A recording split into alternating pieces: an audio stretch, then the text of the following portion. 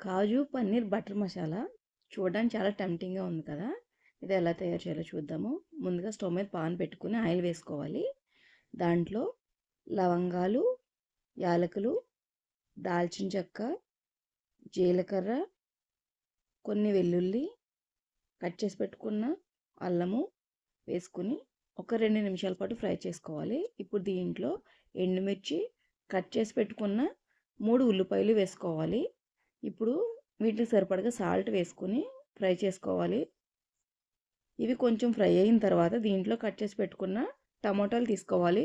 నేను 3 medium size ఉల్లిపాయలు తీసుకున్నాను, 3 టమాటాలు తీసుకున్నాను. మనం ఉల్లిపాయలు అన్నీ తీసుకుంటే టమాటాలు అన్నీ తీసుకోవాలి.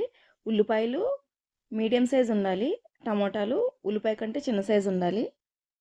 నేను చెప్పిన స్టైల్లో ఫాలో అయితే మీకు ఖచ్చితంగా రెస్టారెంట్ స్టైల్లోనే ఉంటుంది కర్రీ. టేస్ట్ కూడా సేమ్ యాజ్ ఇట్ ఈజ్ ఉంటుంది. మనకి చాలా తక్కువ కాస్ట్ అయిపోతుంది ఇది. ఇప్పుడు ఇలా మగ్గిన తర్వాత దీంట్లో 2 స్పూన్ల వరకు పంచదార వేసుకోవాలి.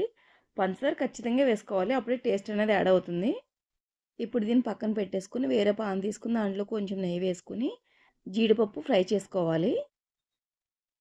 నేను ఇక్కడ 1 కప్పు తీసుకుంటున్నాను. దీంట్లో సగం గ్రేవీ కోసం వాడతాము, సగం కర్రీలో వేస్తాము. ఇలా రోస్ట్ అయిన తర్వాత పక్కన పెట్టేసుకోవాలి. ఇప్పుడు మనము ఇందాక ఫ్రై చేసుకున్న పేస్ట్ చల్లారిపోయింది. ఇప్పుడు దాన్ని మిక్సీలో వేసుకుని మనం ఆల్రెడీ వేపుకున్న జీడిపప్పులో సగం వేసుకుని దీన్ని కొద్దిగా వాటర్ వేసుకుని 1 నుంచి 2 స్పూన్లు పడుతుంది అంతే వాటరు. ఇలా పేస్ట్లా చేసుకోవాలి. ఇలా మెత్తగా రావాలి. ఇప్పుడు స్టవ్ మీద పాన్ పెట్టి దాంట్లో బటర్ వేసుకోవాలి. నేను ఇంట్లో చేసిందే వేస్తున్నాను. దీంట్లో కొంచెం పసుపు, కొంచెం కారము, కొంచెం గరం మసాలా పౌడర్ వేసుకోవాలి. వీటిని ఒకసారి కలుపుకున్న తర్వాత మనం ఆల్రెడీ మిక్సీ చేసి పెట్టుకున్న పేస్ట్ని ఇందులో వేసేసుకోవాలి. మీ దగ్గర బటర్ లేకపోతే కొంచెం నెయ్యి లేదా నూనె కూడా వాడుకోవచ్చు. దీన్ని ఒక 5 నిమిషాల పాటు సిమ్లో ఉంచి వేపుకోవాలి. మనకి అందులో ఉన్న పచ్చివాసన ఏదైనా ఉంటే అది కూడా పోతుంది. ఇలా ఒక 5 నిమిషాల పాటు దీన్ని వేయించుకున్న తర్వాత దీంట్లో 1 గ్లాసు వాటర్ వేసుకోవాలి.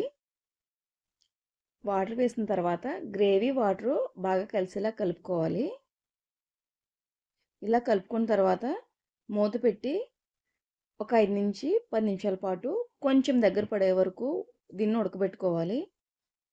ఇప్పుడు దీంట్లో మనం రెడీ చేసుకున్న పన్నీర్ వేసుకోవాలి. ఇక్కడ నేను ఇంట్లో తయారు చేసిన పన్నీరే వాడుతున్నాను, మీరు బయటది కూడా వాడుకోవచ్చు.